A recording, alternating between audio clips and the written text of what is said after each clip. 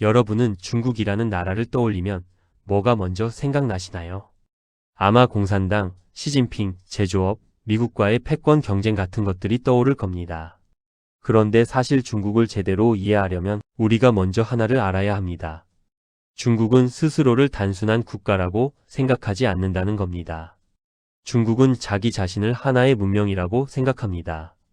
그리고 이게 굉장히 중요합니다. 왜냐하면 미국이나 유럽은 근대 국민국가 개념 위에서 움직이는데 중국은 훨씬 오래된 세계관 위에서 움직이고 있기 때문입니다. 사실 중국이라는 이름 자체가 이미 그걸 보여줍니다. 중국. 말 그대로 세계의 중심 국가라는 뜻이거든요. 그러니까 중국은 원래부터 자기들이 세계의 중심이라고 생각해왔던 나라입니다. 여기서 많은 분들이 오해를 합니다. 그냥 민족주의 아니야? 근데 그 수준이 아닙니다. 잠깐 여기서 좋아요, 구독, 댓글 부탁드려요. 과거 동아시아에는 지금 같은 국제질서 개념이 없었어요. 대신 천하라는 개념이 있었습니다. 천하. 하늘 아래 모든 세계라는 뜻입니다. 근데 여기서 중요한 건 중국은 세계를 동등한 국가들의 집합으로 보지 않았다는 겁니다. 중심과 주변이 있는 질서로 봤어요. 그리고 중국은 그 중심이었습니다. 조선이나 베트남, 유큐 같은 나라들은 중국 황제를 세계 중심 권위로 인정하는 대신 경제적, 외교적 안정과 교역 혜택을 얻었습니다. 이걸 조공체제라고 하죠. 근데 재밌는 건 중국은 서양 제국처럼 식민지를 막 만들지는 않았어요. 중국은 우리가 중심이라는 걸 인정하면 된다는 사고가 강했습니다. 즉 중국은 영토보다 질서를 중요하게 생각했던 나라에 가까웠습니다. 근데 이 질서가 19세기에 완전히 무너집니다. 아편전쟁. 서양 함대가 들어오고 중국은 처참하게 패배합니다. 중국 입장에서는 충격이었죠. 수천 년 동안 세계 중심이라고 생각했는데 갑자기 서양이 들어와서 박살을 내버린 겁니다. 그리고 중국은 이 시기를 백년국치라고 부릅니다. 100년 동안 당한 굴욕. 이게 굉장히 중요합니다. 왜냐하면 오늘날 중국을 움직이는 핵심 감정 가운데 하나가 바로 이 기억이기 때문입니다. 여러분이 중국 뉴스를 보다 보면 중국이 유난히 국가 통합이나 외세 개입에 민감하다는 걸 느끼실 겁니다. 왜 그럴까요? 중국은 나라가 약해지면 다시 침략당하고 분열될 수 있다고 느끼기 때문입니다. 그래서 중국은 질서와 통제를 굉장히 중요하게 생각합니다. 서구는 자유를 우선시하는 경향이 강한데 중국은 안정과 통합을 훨씬 더 중요하게 봅니다. 이 차이가 오늘날 엄청난 차이를 만들어냅니다. 예를 들어 서구는 민주주의를 보편 가치라고 말합니다. 근데 중국은 이렇게 생각해요. 왜 꼭 서구 방식이어야 하지? 중국은 중국 방식으로 발전할 수 있는 거 아닌가? 이게 바로 중국식 세계관입니다. 그리고 놀라운 건 중국이 실제로 성공하고 있다는 겁니다. 경제 성장했고요. 세계 최대 제조국 됐고요. 인공지능, 전기차, 반도체 경쟁까지 들어왔습니다. 그러다 보니까 이제 중국은 단순히 돈 잘 버는 나라를 넘어서 세계 질서 자체를 바꾸고 싶어 하는 단계로 들어가기 시작합니다. 대표적인 게 1대1로입니다. 중국이 아시아, 아프리카, 유럽까지 철도 항만 도로를 연결하고 있죠. 이걸 단순한 경제 프로젝트라고 보는 사람도 있지만 사실은 현대판 영향권 확대 전략에 가깝습니다. 과거 조공체제가 군사 점령 없이 중국 영향력을 확장했다면 오늘날 중국은 경제와 인프라 그리고 공급망으로 영향력을 확대하고 있는 겁니다. 그래서 어떤 학자들은 중국은 식민지를 만들지 않는다. 대신 의존 구조를 만든다고 말하기도 합니다. 그리고 남중국해. 중국이 왜 거기에 인공섬 만들고 군사기지 짓는 걸까요?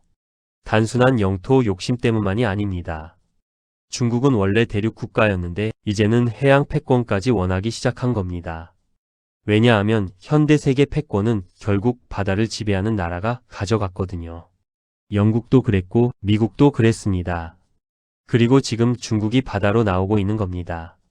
대만 문제도 마찬가지입니다. 많은 사람들이 왜 중국은 저렇게까지 대만에 집착하지? 라고 생각합니다. 근데 중국 입장에서는 대만이 단순한 섬이 아닙니다. 아직 끝나지 않은 역사입니다. 중국은 스스로를 통일된 문명국가라고 생각하는데 대만이 따로 존재한다는 건 중국 입장에서는 민족 통일이 아직 완성되지 않았다는 뜻이거든요. 그래서 중국은 대만 문제에서 절대 쉽게 물러서지 않습니다. 여기에 미국까지 개입하면서 대만은 지금 세계에서 가장 위험한 지역 가운데 하나가 되고 있습니다. 그리고 이제 더 무서운 건 중국이 기술까지 결합하기 시작했다는 겁니다. 중국은 지금 세계에서 가장 거대한 디지털 감시 국가를 만들고 있습니다. 안면 인식, CCTV, AI 감시, 빅데이터 통제. 서구에서는 이걸 굉장히 위험하게 봅니다. 근데 중국은 오히려 이렇게 말합니다. 혼란보다 질서가 더 중요하다. 국가가 안정돼야 국민도 안전하다. 여기서 우리는 굉장히 중요한 걸 보게 됩니다. 중국은 첨단 기술을 사용하고 있지만 사실 그 안에 들어있는 정치 문화는 굉장히 오래된 거라는 겁니다. 강한 중앙 권력, 질서 유지, 통합, 중심 국가. 이런 개념들이 수천 년 동안 이어져 온 겁니다. 즉 오늘날 중국은 단순한 공산주의 국가가 아니라 디지털 시대의 새로운 중화제국에 가까워지고 있는지도 모릅니다. 근데 여기서 중요한 질문이 하나 생깁니다. 민주주의는 정말 중국을 이길 수 있을까요? 과거에는 많은 사람들이 경제 발전하면 결국 민주주의 된다고 생각했습니다. 근데 중국은 경제 성장도 하고 첨단 기술도 발전시키고 군사력도 키웠는데 오히려 국가 통제는 더 강해졌습니다. 그러니까 이제 세계는 굉장히 불편한 질문과 마주하게 된 겁니다. 민주주의 없이도 강대국이 될 수 있는 거 아닌가? 특히 서구 민주주의 국가들이 최근 정치 양극화와 사회 분열, 가짜 뉴스 문제로 흔들리면서 중국은 오히려 자신들의 체제가 더 효율적이라고 주장하기 시작합니다. 우리는 싸우지 않고 빠르게 결정할 수 있다. 장기 계획을 세울 수 있다. 실제로 중국 고속철도 속도나 산업정책 추진력을 보면 놀라는 사람들이 많습니다. 하지만 동시에 강한 통제는 창의성과 자유를 억압할 수도 있습니다. 그래서 지금 세계는 단순히 경제 경쟁을 하는 게 아닙니다. 어떤 체제가 미래를 지배할 것인가를 놓고 경쟁하는 겁니다. 미국과 중국 누가 이길까요? 사실 이건 단순한 나라 싸움이 아닙니다. 두 개의 세계관 충돌입니다. 미국은 자유주의와 개인 권리, 민주주의와 국제 규범을 이야기합니다. 반면 중국은 질서와 국가 통합, 문명과 역사적 중심성을 이야기합니다.